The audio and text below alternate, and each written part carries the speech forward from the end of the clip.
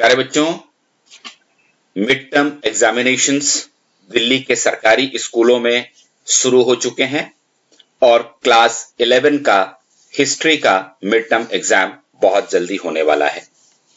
इसके बाद 3 मई 2021 से क्लास 11 का एनुअल एग्जामिनेशन भी होगा।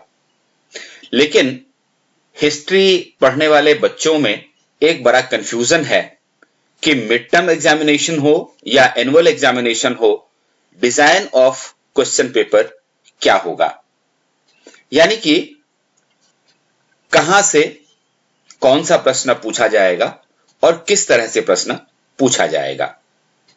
तो चलिए आपके इस डाउट को क्लियर करने के लिए इस वीडियो में क्लास 11 हिस्ट्री के मिड टर्म और एनुअल एग्जामिनेशन के डिजाइन ऑफ क्वेश्चन पेपर को पूरी क्लैरिटी के साथ डिस्कस किया गया है और आपको समझ में आ जाएगा कि किस तरह से प्रश्न पूछा जाएगा।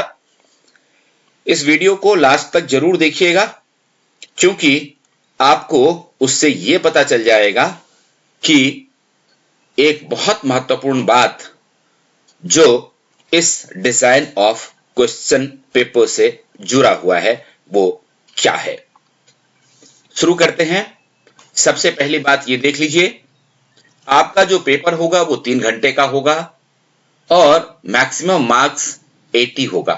80 मार्क्स का थ्योरी पेपर होगा। ये 3 घंटा आपको लिखने के लिए मिलेंगे, इसके अलावे 15 मिनट आपको रीडिंग के लिए मिलेगा। आपका जो क्वेश्चन पेपर होगा उसमें सबसे पहला जो सेक्शन होगा वो सेक्शन ए होगा और सेक्शन ए में ऑब्जेक्टिव टाइप क्वेश्चन पूछे जाएंगे जो 1 नंबर के होंगे और इन प्रश्नों का जो उत्तर है वो या तो एमसीक्यू में से एक सही आंसर चूज करने वाला होगा या फिर अगर ऑब्जेक्टिव टाइप होगा तो 1 वर्ड का होगा या 1 सेंटेंस वाला आंसर वाला क्वेश्चन होगा। साथ ही इसमें फिल इन दी ब्लैंक्स भी पूछा जा सकता है। युग्म सुमेलित कीजिए, इस तरह के प्रश्न भी हो सकते हैं।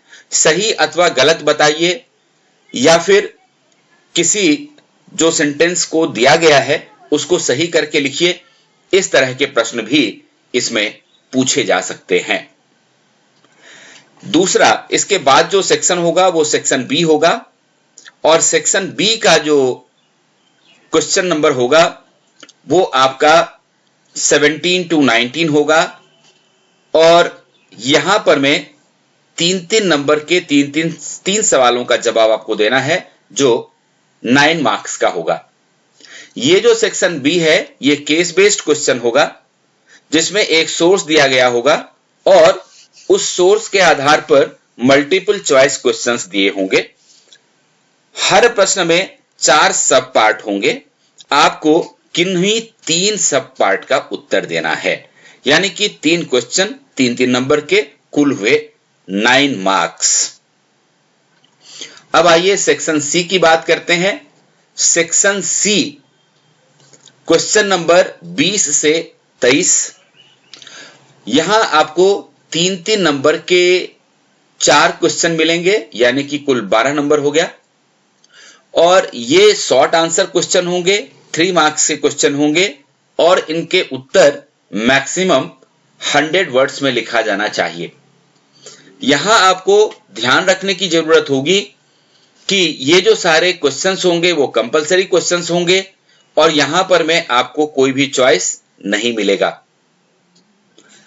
सेक्शन डी जो लॉन्ग आंसर्स क्वेश्चन होंगे, क्वेश्चन नंबर 24 to 26, ये 8 नंबर का एक सवाल होगा और 8 नंबर के 3 सवाल आपसे पूछे जाएंगे, तो ये कुल 24 नंबर का सेक्शन डी होगा। यहां जो सेक्शन डी में क्वेश्चन पूछे जाएंगे 8 मार्क्स के, उनका जवाब मैक्सिमम 350 वर्ड्स में होना चाहिए। एक खास बात यहां यह होगी कि सेक्शन डी के लॉन्ग आंसर टाइप क्वेश्चन में सभी प्रश्नों में आपको चॉइस मिलेगा और यह भी महत्वपूर्ण बात है कि वो जो चॉइसेस होंगे वो अलग अलग चैप्टर से नहीं होंगे, बल्कि एक ही चैप्टर से आपको चॉइस भी मिलेगा। तो बच्चों, आगे बढ़ने से पहले डिस्क्रिप्शन बॉक्स में जाइए, हमारा टेलीग्राम ग्रुप का लिंक देखिए और शामिल हो जाइए टेलीग्राम ग्रुप में। वहां आपको हिस्ट्री, पॉलिटिकल साइंस के जो स्टडी मटेरियल्स हैं काफी मात्रा में उपलब्ध हैं और उससे आपको अपनी तैयारी में काफी मदद मिलेगी। सेक्शन ई ये सोर्स बेस्ड क्वेश्चन होगा, ये आप देख सकते हैं। क्वेश्चन नंबर 27 से 29 और हर सोर्स 5 नंबर का होगा और 3 सोर्स होंगे, यानी कि 15 नंबर का हो गया। इसमें 1, 2, 2 यानी कि एक प्रश्न 1 नंबर का, बाकी 2-2 नंबर के 2 सवाल होंगे, जैसा 12th में भी पूछा जाता है। उसी तरह से ये सोर्स होगा, लेकिन ये जो सोर्स बेस्ड क्वेश्चन होंगे ये सेक्शन बी से अलग होंगे। सेक्शन बी से अलग होने का कारण इसका ये है कि सेक्शन बी में आपको जो 9 मार्क्स के 3 into 3 9 मार्क्स के जो क्वेश्चन मिलेंगे वो सारे के सारे एमसीक्यू टाइप क्वेश्चन होंगे, लेकिन सेक्शन ई में जो सोर्स बेस्ड क्वेश्चन होगा उसमें आपको प्रश्न मिलेंगे जिनका जवाब आपको लिखना होगा। इसके बाद सेक्शन एफ होगा और सेक्शन एफ में क्वेश्चन नंबर 30 ये मैप क्वेश्चन होगा। चूंकि प्रायः जो डिजाइन ऑफ क्वेश्चन पेपर होता है 11th का वो 12th के जैसा ही होता है, इसलिए यहां आपको 5 नंबर का मैप पूछा जा सकता है, जिसमें 2 आइडेंटिफिकेशन के लिए होगा और 3 लोकेशन और लैबलिंग के लिए होगा। इस तरह से ये 5 नंबर हो जाएगा। ध्यान रखिए, क्वेश्चन पेपर के साथ जो आपको मैप मिलता है उसको बनाने के बाद उसको आंसर बुक के साथ जरूर बीच में रख करके नत्थी कर दीजिए। बच्चों, इस पूरे वीडियो में ऊपर आई बटन के ऊपर ध्यान रखिए, वहां आपको इंपॉर्टेंट वीडियोस मिलेंगे और साथ में एंड स्क्रीन के ऊपर जरूर ध्यान दीजिए, क्योंकि एंड स्क्रीन में आपको एक बहुत ही इंपॉर्टेंट वीडियो मिलेगा जो आपको अपनी तैयारी में काफी मदद करेगा। अब मैं आपको वो चीज दिखाना चाहता हूं जो मैंने आपको पहले कहा था बहुत जरूरी है जानना। ये देखिए, ये कोर्स स्ट्रक्चर है क्लास 11 का 2020-2021 के लिए, जिसमें आपको पता है कि इस बार आपको मिड टर्म के लिए chapter number 2, chapter number 3, chapter number 4 और चैप्टर नंबर 6, 3 ऑर्डर्स, 3 वर्ग, ये 4 चैप्टर पढ़ने हैं। और ये देखिए यहां पर भी एक क्लियर कट लिखा हुआ है कि मैप वर्क जो क्लास 11 का होगा वो 4 नंबर का होगा।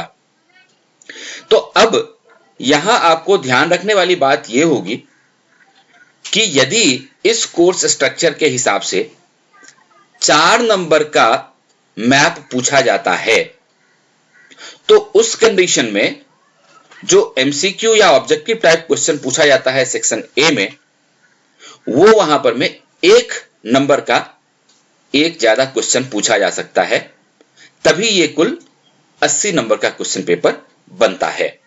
इसलिए जैसा कि मैंने आपको दिखाया कि ये सेक्शन एफ अगर एज इट इज फॉलो किया जाता है 12th क्लास के पैटर्न को तो 5 नंबर का होना चाहिए।